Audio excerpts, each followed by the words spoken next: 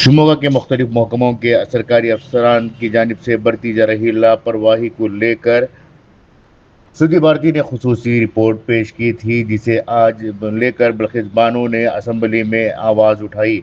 इन्होंने बताया कि आज अफसरों की हालत ये हो चुकी है कि वो अवामी नुमाइंदों के हर बात को नज़रअंदाज कर रहे हैं और अपनी मनमाने तरीके से कामकाज कर रहे हैं, जिसकी वजह से आम लोगों का जीना मुहाल हुआ है। अवामी मसाइल को लेकर जब भी एमएलए या एमएलसी अपनी बात अफसरों तक पहुंचाते हैं तो वो इसे नज़रअंदाज कर रहे हैं, जिस पर हुकूमत की जानिब से कार्रवाई की जानी चाहिए।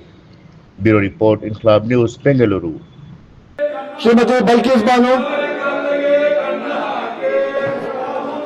ಸಾರ್ವಜನಿಕ ಮಹತ್ವದ ವಿಷಯವನ್ನು ಶೂನ್ಯ ವೇಳೆಯಲ್ಲಿ ಮಂಡಿಸಲು ಅವಕಾಶ ನೀಡಿದ್ದಕ್ಕಾಗಿ ಧನ್ಯವಾದಗಳು ಸಭಾಪತಿಯವರೇ. ದಿನಾಂಕ 20/8/2026ರಂದು ರಾಜ್ಯದ ಪ್ರತಿಷ್ಠಿತ ದಿನಪತ್ರಿಕೆಯಾದ ಮಲೆನಾಡು ಸುದ್ದಿ ಭಾರತಿ ದಿನಪತ್ರಿಕೆಯಲ್ಲಿ ಶಿವಮೊಗ್ಗದಲ್ಲಿ ನಾಗರಿಕ ಸೌಲಭ್ಯಗಳ ಹದಗೆಟ್ಟು ಸ್ಥಿತಿ, ಜನಪ್ರತಿನಿಧಿಗಳ ಸೂಚನೆಗೂ ಅಧಿಕಾರಿಗಳು ಸ್ಪಂದನೆ ಇಲ್ಲವೇ, ನಗರದ ಅಭಿವೃದ್ಧಿಗೆ 165 ಕೋಟಿ ಅನುದಾನ, 100 ದಿನ ಕಳೆದರೂ ಕಾಮಗಾರಿ ಆರಂಭವಾಗಿಲ್ಲ ಎಂಬ ಶಿಲ್ಪಿ ಅಡಿಯಲ್ಲಿ ವರದಿ ಪ್ರಕಟವಾಗಿದೆ. ನಗರದ ಮೂಲಭೂತ ನಾಗರಿಕ ಸೌಲಭ್ಯಗಳ ಸಮಸ್ಯೆಗಳು ದಿನದಿಂದ ದಿನಕ್ಕೆ ಹೆಚ್ಚಾಗುತ್ತಿದ್ದು ಸಾರ್ವಜನಿಕರಲ್ಲಿ ಅಸಮಾಧಾನ ತೀವ್ರಗೊಳ್ಳುತ್ತಿದೆ.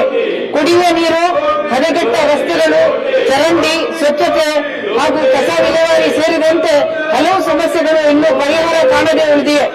ನಗರಾಭಿವೃದ್ಧಿ ಸಚಿವರು 165 ಕೋಟಿ ಮೊತ್ತದ ವಿವಿಧ ಅಭಿವೃದ್ಧಿ ಕಾಮಗಾರಿಗಳಿಗೆ ಶಂಕುಸ್ಥಾಪನೆ ನೆರವೇರಿಸಿ 100 ದಿನ ಕಳೆದರೂ ಹಲವು ಕಾಮಗಾರಿಗಳು ಇನ್ನೂ ಆರಂಭವಾಗಿಲ್ಲ ಎಂಬ ಆರೋಪ ಕೇಳಿಬರುತ್ತಿದೆ. ಅಭಿವೃದ್ಧಿ ಕಾಮಗಾರಿಗಳಿಗೆ ವೇಗ ನೀಡುವಂತೆ ಸಾರ್ವಜನಿಕರು ಆಗ್ರಹಿಸಿದ್ದಾರೆ. ನಗರದಲ್ಲಿ 24/7 ಕುಡಿಯುವ ನೀರು ಪೂರೈಕೆ ಯೋಜನೆ ಜಾರಿಯಲ್ಲಿದ್ದರೂ ಸಹ ಹಲವು ಪ್ರದೇಶಗಳಲ್ಲಿ ನೀರಿನ ಸಮಸ್ಯೆ ಮುಂದುವರೆದಿದೆ.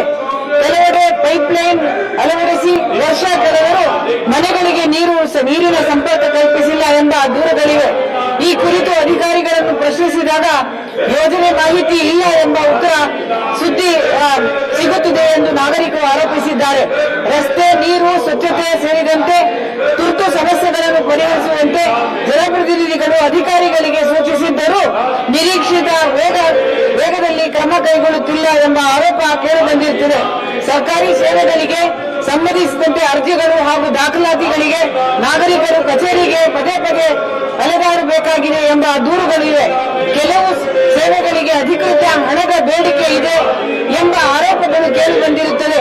ಇಂತಹ ದೂರುಗಳಿದ್ದರೂ ನಿಷ್ಪಕ್ಷವಾಗಿ ತನಿಖೆ ನಡೆಸಿ ಕ್ರಮ ಕೈಗೊಳ್ಳಬೇಕು ಎಂಬ ಒತ್ತಾಯಿಸುತ್ತೆ ಕೇಳಿಬಂದಿದೆ. ನಗರದಲ್ಲಿ ಪ್ರತಿಯೊಂದು ವಾರ್ಡ್ನಲ್ಲಿ ಕುಡಿಯುವ ನೀರು, ರಸ್ತೆ, ಚರಂಡಿ, ಸ್ವಚ್ಛತೆ ಮತ್ತು ಬೀದಿ ದೀಪ ಸೇರಿದಂತೆ ಮೂಲ ಸೌಕರ್ಯಗಳ ಕುರಿತು ವಾರ್ಡ್ವಾರು ಸಮೀಕ್ಷೆ ನಡೆಸಿ ಬಾಕಿ ಕಾಮಗಾರಿಗಳ ಪಟ್ಟಿಯನ್ನು ಸಿದ್ಧಪಡಿಸಿ ಕಾಲಮಿತಿಯೊಳಗೆ ಕಾಮಗಾರಿ ಪೂರೈಸುವಂತೆ ಅಧಿಕಾರಿಗಳಿಗೆ ಸೂಚನೆ ನೀಡಲು ಮಾನ್ಯ ನಗರಾಭಿವೃದ್ಧಿ ಸಚಿವರು ಶೂನ್ಯ ವೇಳೆಯಲ್ಲಿ ಒತ್ತಾಯಿಸುತ್ತಿದ್ದೇನೆ. ಸಭಾಪತಿಗಳೇ, ಗೌರವಾದ ಶಾಸಕರಾದಂತಹ ಬಲ್ಕಿಸ್ ಬಾನು ಅವರು ಶಿವಮೊಗ್ಗ ಪಟ್ಟಣದಲ್ಲಿ ಸುಮಾರು 165 ಕೋಟಿ ವೆಚ್ಚದ ಕಾಮಗಾರಿಗಳು ನಡೀತಾ ಇದ್ದಾವೆ. ರಸ್ತೆ ಮತ್ತು ಚರಂಡಿ ಮತ್ತು ಒಳಚರಂಡಿ ಕಾಮಗಾರಿಗಳು ಮತ್ತೆ ನೀರಿನ ಸಂಪರ್ಕ ಕಲ್ಪಿಸುವಂತ ಕಾಮಗಾರಿಗಳು. ಆ ಕಾಮಗಾರಿಗಳು ವಿನಾಕಾರಣ ವಿಳಂಬ ಆಗಿದೆ ಅಂತ ಹೇಳಿದ್ದಾರೆ. ನಾನು ಅಧಿಕಾರಿಗಳ ಈಗ ಜಸ್ಟ್ ಮಾಹಿತಿ ತೆಗೆದುಕೊಂಡಿದ್ದೇನೆ. 120 ಕೋಟಿಯಷ್ಟು ವರ್ಕು ನಮ್ಮ ನಗರ ವಿಕಾಸ ಯೋಜನೆ, ಮಹಾತ್ಮ ಗಾಂಧಿ ನಗರ ವಿಕಾಸ ಯೋಜನೆಯಲ್ಲಿ ತೆಗೆದುಕೊಂಡಿದ್ದೇವೆ. ಆದ್ರೆ ಮಳೆ ಕಾರಣದಿಂದ ಸ್ವಲ್ಪ ಕಾಮಗಾರಿಗಳು ವಿಳಂಬ ಆಗಿದೆ ಅಂತ ಹೇಳಿದ್ದಾರೆ. ಅದೇ ರೀತಿ 40 ಕೋಟಿ ವೆಚ್ಚದಲ್ಲಿ KUIDFC ಇಂದಲೂ ಕೂಡ ಕಾಮಗಾರಿಗಳನ್ನು ತೆಗೆದುಕೊಂಡಿದ್ದಾರೆ. ಅದು ಕೂಡ ಮಳೆ ಕಾರಣದಿಂದ ವಿಳಂಬ ಆಗಿದೆ ಅಂತ ಹೇಳಿದ್ದಾರೆ. ಮತ್ತೆ ಅವ್ರು ಹೇಳಿದ್ದಾರೆ ಕೆಲವು ಕಾಮಗಾರಿಗಳನ್ನು ಮಾಡೋದಕ್ಕೆ ಅಧಿಕಾರಿಗಳು ಹಣ ಬೇಡಿಕೆ ಇಟ್ಟಿದ್ದಾರೆ, ಅವ್ಯವಹಾರ ಮಾಡ್ತಿದ್ದಾರೆ ಅಂತ ಹೇಳಿ. ನಾನು ಇನ್ನಷ್ಟು ವಿವಾದ ಮಾಹಿತಿ ಪಡ್ಕೊಂಡು ಪರಿಶೀಲನೆ ಮಾಡಿ ಈ ಕಾಮಗಾರಿಗಳು ಆದಷ್ಟು ಬೇಗ ಪ್ರಾರಂಭ ಆಗಿದೆ, ಆದರೆ ಆದಷ್ಟು ಬೇಗ ಪ್ರಗತಿ ಹೊಂದಿ ಅದು ಕಾಮಗಾರಿ ಕಾಲಮಿತಿ ಮುಗಿಸೋಕೆ ಪ್ರಯತ್ನ ಪಟ್ಟು ಅಧಿಕಾರಿಗಳು ಸೂಚನೆ ಕೊಡ್ತಾನೆ. ಮತ್ತೇನಾದ್ರೂ ಹಣದ ಬೇಡಿಕೆ ಯಾರಾದ್ರೂ ಅಧಿಕಾರಿಗಳು ಇಟ್ಟಿದ್ರೆ, ಅದರ ದೂರು ಬಂದಿದ್ರೆ ಅದನ್ನ ಪರಿಶೀಲಿಸಿ ಅಂತಹ ಅಧಿಕಾರಿಗಳ ವಿರುದ್ಧ ಕ್ರಮ ತೆಗೆದುಕೊಳ್ತೀನಿ ಅಂತ ಹೇಳಿ ಅವ್ರಿಗೆ ಉತ್ತರ ಕೊಡ್ತಾ ಇದ್ದಾನೆ. ಒಂದು ರಿಟರ್ನ್ ರಿಪ್ಲೈ ಕೊಡಬೇಕು, ಒಂದು ರಿಟರ್ನ್ ರಿಪ್ಲೈ ಕೊಡ್ತಾರೆ. ಆಯ್ತು ಲಿಖಿತ ರೂಪದ ಉತ್ತರ ಕೊಡ್ತೇನೆ. ಒಂದು ನಿಮಿಷ. P D Mohan